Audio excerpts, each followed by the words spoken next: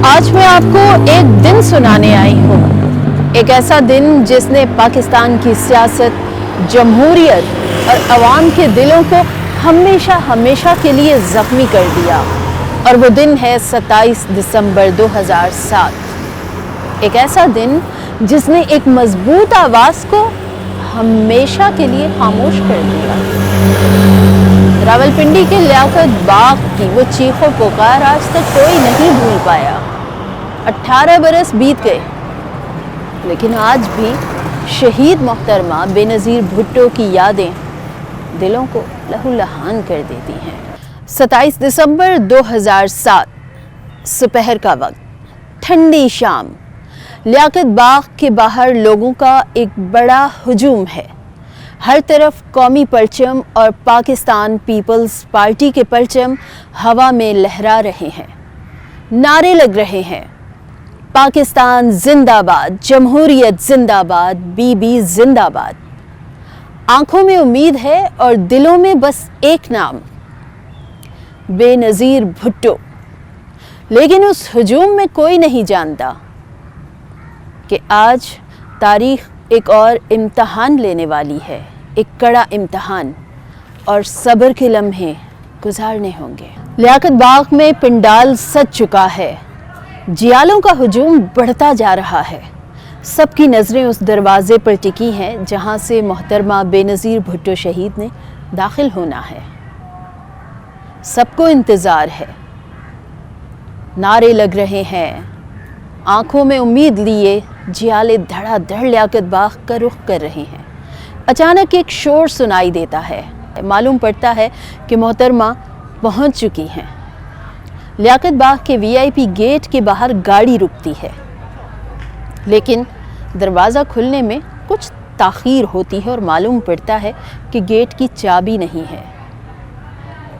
चंद ताख़ीरी लम्हे गुजारने के बाद मोहतरमा की गाड़ी गेट से अंदर दाखिल होती है।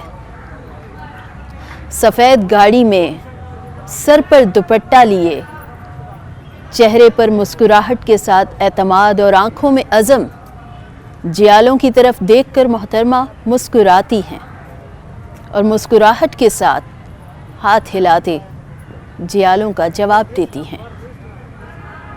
मोहतरमा स्टेज के करीब पहुंचती हैं। जियालों का जोश मज़ीद बढ़ जाता है। गाड़ी रुकती है, मोहतरमा गाड़ी से बाहर आती हैं। आहिस्ता आहिस्ता स्टेज की तरफ कदम बढ़ाती हैं। ये वो सीढ़ियाँ हैं जिन्हें उबूर करते हुए मोहतरमा स्टेज तक पहुँचती हैं, ताकि वो अपने अवाम से, अपने जियालों से मुखातिब हो सकें। वो जियाले जो आँखों में कई ख्वाब और दिलों में कई उम्मीदें लेकर आए थे। ये सिर्फ़ एक तकरीर नहीं होनी थी, बल्कि अवाम से एक वादा था, जमहूरियत का वादा था, उनके ख्वाबों का वादा था।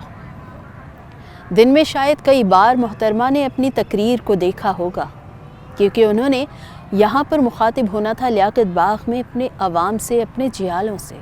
कोई नहीं जानता था कि मोहतरमा की ये तकरीर उनकी आखिरी तकरीर होगी। अवाम से जब वो मुखातिब हो रही हैं तो शायद उनके वो आखिरी अल्फाज होंगे। वक्त तेज़ी से गुज़रता है। बीबी इस स्टेज पर मौजूद होती हैं, उठती हैं, माइक की तरफ कदम बढ़ाती हैं।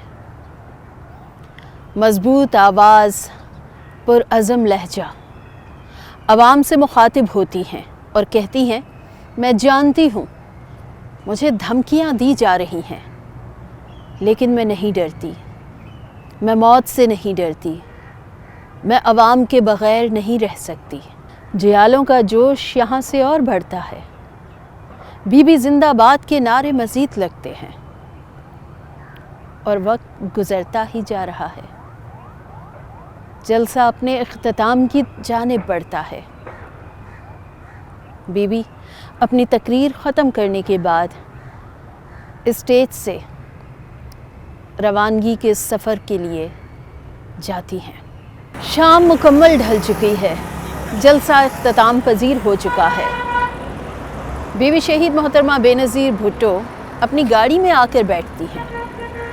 اچانک عوام کا ہجوم امڑ آتا ہے، ہر طرف لوگ ہی لوگ ایک مرتبہ پھر بیوی کی ایک جھلک دیکھنے کو بےتاب ہیں۔ بیوی مسکراتی ہیں اور عوام کو جواب دینے کے لیے سن روف سے باہر نکلتی ہیں، عوام کو ہاتھ ہلاتی ہیں، مگر پھر ایک آواز سنائی دیتی ہے، فائر، اور اس کے بعد ایک زوردار دھماکہ۔ بیوی گر پڑتی ہیں اپنی گاڑی میں، ان کے ساتھ بیٹھی ناہید خان کی گود میں ان کا سر ہوتا ہے۔ ہر طرف چیخ و پکار ہونے لگتی ہے، لیاقت باغ چیخوں سے گونجنے لگتا ہے، ہر طرف زخمی، دھواں، شور۔ ایمبولنس کا انتظار کیے بغیر بیوی کو ہسپتال لے جایا جاتا ہے، راولپنڈی کے جنرل ہسپتال، یا شاید جسے کہا جاتا تھا سینٹرل ہسپتال۔ ایمبولنس اس وقت یہاں پر موجود نہیں تھی۔